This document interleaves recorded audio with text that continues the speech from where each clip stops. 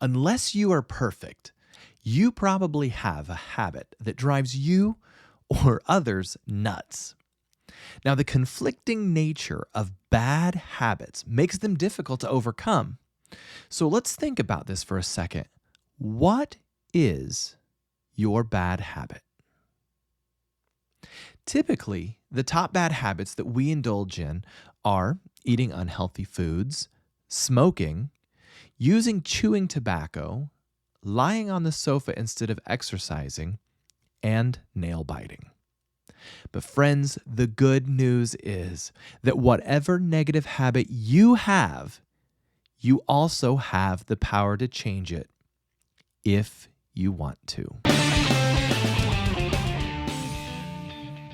Welcome back to the Do More podcast. My name is Ben from benribble.com Coaching, where we focus on 3 foundational pillars in our coaching model. Those 3 are leadership, productivity, and organization. And as you can assume, today we're talking about breaking those negative habits, right? And I'm going to kind of lay out a few strategies to help inspire you to break those negative habits. Let's be honest. Negative habits are hard to break. Negative habits have developed over time, usually an extended period of time, whether it be weeks or months or years, even decades, friends. And so that is something that we have to keep in mind. When we set out to break these negative habits, we have to allow ourselves some grace and recognize the fact that these habits did not develop overnight. As such, we should not expect ourselves to break these habits overnight. All right. So let's talk about, I have 4 different strategies here. Of course, this is not the end all to breaking negative habits. These really are just some strategies to help inspire you to get started on breaking those habits. And really, each of these strategies, there are many, many, many steps or strategies within each of these that I just don't have time to get into with you. I would love to, but we just don't have time for a 6-hour podcast episode. All right. So let's kind of just jump into number 1, keeping in mind that we're kind of keeping this, we're keeping this really high level here.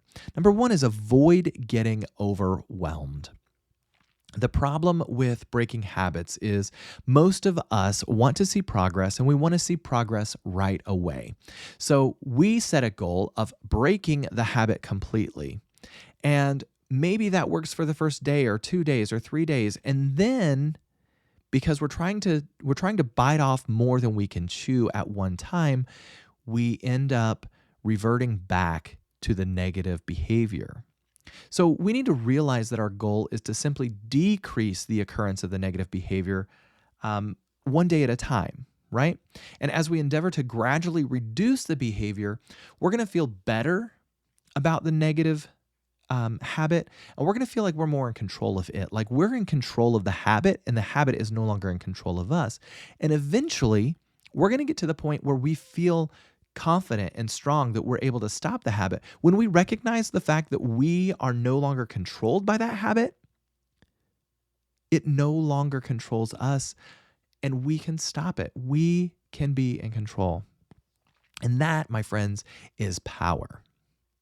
However, the opposite is true. If you try to bite off more than you can chew, then you're going to be overwhelmed, and you're going to feel like you've lost power, like you've lost authority over this. And then ultimately it can lead to, feelings of anxiety and depression that you are no longer in control. And that is absolutely not what we want. We want to make sure that you avoid getting overwhelmed when it comes to breaking your negative habits. And there are a lot of ways that we can do that. And strategy number 2 here is really one of those ways that we can help avoid ourselves from getting overwhelmed when we're breaking a negative habit. So number 2, as far as our strategies, is to focus on a daily mini goal to help you make small adjustments. All right, let's say that you typically eat more breads and carbs than recommended. So for example, you have, let's say, 2 bowls of cereal for breakfast, and then you eat 2 sandwiches at lunch every day. And you have decided that the mini goal that you want to set up is that you want to cut out your daily carbs, right? And so, as far as mini goals go, you don't want to just be like, I'm not going to have any cereal for breakfast. I'm only going to eat fruit. No, you might end up, regretting that later, or it may just be too much for your system. You're so used to having these 2 bowls of cereal for breakfast that it could almost, put you into a shock, or it's something that you may not be able to maintain on a daily basis. So instead of doing that, let's set a specific mini goal to reduce your carb intake by making just one small change, and then we move on, right? So we're going to make a small change. We're going to make sure that we lock that small change into place, and then we're going to move on. And that'll motivate you to turn around your negative habit. So let's say in this example, our first daily mini goal is to reduce the breads at lunch so that we're eating fewer carbs. So instead of eating 2 sandwiches, maybe we cut it down to 1 sandwich, recognizing the fact that that may not make us full because we're used to 2 sandwiches. Let's add some extra meat, maybe some extra cheese, and maybe some extra veggies to the sandwich to help give us that feeling of fullness. But at the same time, we've cut our carb intake at lunch in half. See, right there, we're making progress. And after you've persevered in altering your habit for, let's say, a few weeks, maybe 6 weeks, or even 2 months, you've done this for 6 weeks or 2 months, and I guarantee you're going to start to notice a change if you are, it's just going to become more natural for you to wake up in the morning and make your sandwich with extra cheese, extra meat, and extra veggies instead of making 2 sandwiches. Right? It becomes habit. And that's kind of what we're wanting to do. We want to take these mini goals, these little daily things that we're changing, and we're going to turn them into new positive habits to replace that negative habit. So now we've gone for, let's say, 6 weeks or 2 months. Let's set another mini goal to replace your second bowl of cereal. And we're going to replace it with a bowl of fruit. Okay? Instead of a bowl of cereal, we have a bowl of fruit. And now you're feeling more optimistic, and you're ready to tackle another mini goal, and then another mini goal, and another mini goal, and you are making positive changes in your life. Fantastic. Well done. Right? This doesn't have to just be about carbs, friends. You can do this with any kind of negative behavior that you have in your life. Just remember, one thing at a time, and break it down into small pieces. If it's a very small goal, and you've achieved it, and you feel like you've locked it into place within maybe 2 weeks, awesome. Set up another mini goal, and then add that onto your routine, and continue to do that until, again, you are in control of that negative habit, right? Or you've developed new positive habits to replace it. All right, number 3, this is another strategy that you can use. You can use time intervals to control your negative habit. So in this example, we're going to say that smoking is your negative habit. And so the first thing that you want to do is you want to kind of think about, how many times per day do I engage in this negative behavior?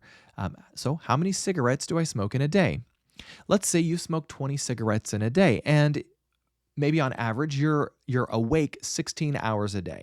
Okay, so if we look at that as a by hour rate or a per hour rate, that's just a little more than 1 cigarette per hour. So we're going to break this down, and we're going to look at some different time intervals here. So right now we're saying maybe more than 1 cigarette per hour is your rate right now, is your time interval. So we're going to say, all right, let's reduce that time interval to or extend that time interval, really, in this case, where you have 1 cigarette per hour, right? During the first day alone of making this change, you're going to reduce your cigarette intake by 4 cigarettes. That's great progress. That's awesome. But listen to this. By the end of the week, you have smoked 28 cigarettes less than you normally do. That's more than 1 day's worth of cigarettes that you've actually saved yourself in 1 week. Wow. That is a huge change, and you should be extremely proud of that. And that, friends, is going to give you motivation to continue the path to a smoke-free life, right? Little achievements can mean a lot in making sure that you are steadfast in reaching your goal.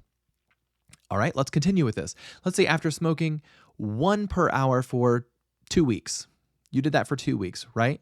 So now it's 56 cigarettes that you have saved yourself. Now we're going to extend the time interval between cigarettes from 1 cigarette every hour to 1.5 hours. Right? 1 cigarette every 1.5 hours. And you're going to continue increasing the time length between cigarettes until you are smoking 1 cigarette every 4 hours. Friends, you are now down to 4 cigarettes daily. You are smoking 16 cigarettes per day less than you were. And I guarantee you that you are going to recognize physical benefits of doing something of this nature. All right? Absolutely, no question. Physical benefits. Not to mention the benefits that this is going to have on your pocketbook. Friends, cigarettes are expensive, right? Now, at this point, you have a decision to make. Either you're going to further reduce your cigarette intake, or you have got it to the point now where you are in control of the habit. The habit no longer controls you. Maybe, friends, it's just time for you to completely quit smoking. 1 day at a time works. I'm going to repeat that because it's so important. 1 day at a time works. And there are so many different plans out there that really focus on you recognizing success 1 day at a time because it works. Right? This doesn't have to be about cigarettes. Maybe this is about how many snacks you have per day. Maybe this is about spending more money than you should shopping. Maybe you have an addiction to shopping. Reduce the amount of times in a week that you go shopping or per day. I hope it's not much more than that. But this can be applied to pretty much anything. So use time intervals to control that negative habit and really to log the negative habit. How often is it happening? So that you can see, because the person who went from 20 cigarettes to now 4 cigarettes per day, maybe that was 6 months worth of work or maybe more. But either way, you can see how much it has changed, right? If you're trying to lose weight, log it so you can see the success. Strategy number 4, reward yourself for your success. Great follow-up to what I was just saying, right? Recognize your success. Now you have the opportunity to reward yourself for your success. Daily, document how you did. Maybe it's something as simple as writing down in your planner or on a piece of paper or some sort of a logbook or a notebook or something. Write down that you met your mini goal, right? Or actually jot down the number of times you did the negative behavior that day. So for instance, the smoking example, you write down how many cigarettes you had that day, right? Or what the rate was if you had 1 cigarette per hour and you stuck to that. Give yourself a big thumbs up, right? Or check mark or whatever it was because you achieved your goal that day. And it works just as well for any other kind of negative behavior. Make sure that you log it. Sometimes you can use your calendar information at the end of the month to determine if you were successful a certain percentage of the time. Let's say that you set up a bigger goal other than your daily mini goals. Let's say you had a bigger goal and you said, I want to be successful 75% of the time in 1 month. Well, if you were successful 75% of the time in the month, then you give yourself a reward. Take yourself out. Give yourself a pat on the back. You might enjoy maybe an afternoon of fishing as a reward, or taking part in your favorite hobby, or maybe you get to go out and buy yourself a new outfit or maybe some new nail polish or a set of golf balls or whatever it is. Friend, reward yourself with something. Now, I will warn you here, be careful not to reward yourself with the very thing that you are trying to break the habit of.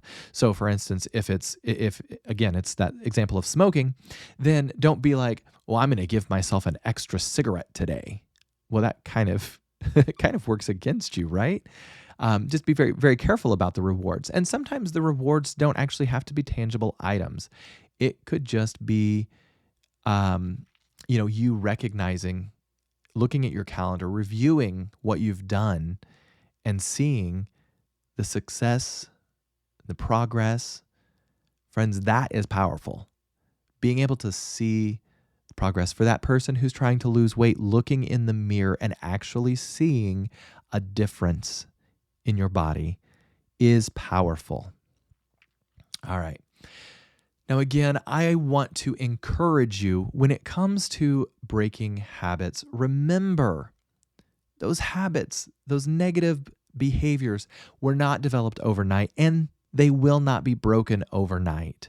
So don't be too hard on yourself. Remember, everybody around you has some sort of negative habits, some sort of negative behaviors that they wish that they could change about themselves. You are not alone. Just because yours is on display for everyone to see does not mean that the person sitting next to you or standing next to you doesn't have a habit or two that he or she struggles with, right? We are all human. None of us are perfect. We all struggle. We all have those things that we want to better ourselves in. So remember that it is a challenge, but remember that you are strong enough. I believe in you, that you can break that negative habit.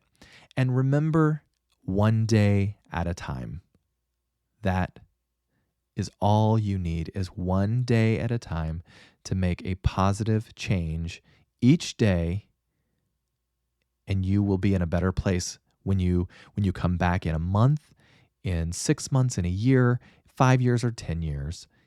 As long as you make one positive change, you've got this. All right, friends, as a free gift for hanging around, I'm going to offer you the ability to download my free book, Communicating Like a Leader, Skills for Effective Leadership. And inside this book, you're going to find all kinds of ways to help you effectively communicate and how communication can affect your leadership skills. It's not always about what you say. Sometimes it's about how you say it. So that body language, the physical presentation. And really, this one's so hard for many people to get, but my book jumps into about how sometimes communicating really is more about listening than talking. And again, I want to offer that to you as a free gift. So if you're interested, jump down to the description below wherever you're listening to this podcast and click on the link, or you can jump over to my website at benribble.com/communicate. That's BENRIBBLE.com/communicate. Now, friends, thanks for hanging out with me today on the Do More podcast. As always, remember to make today a great day. God bless you.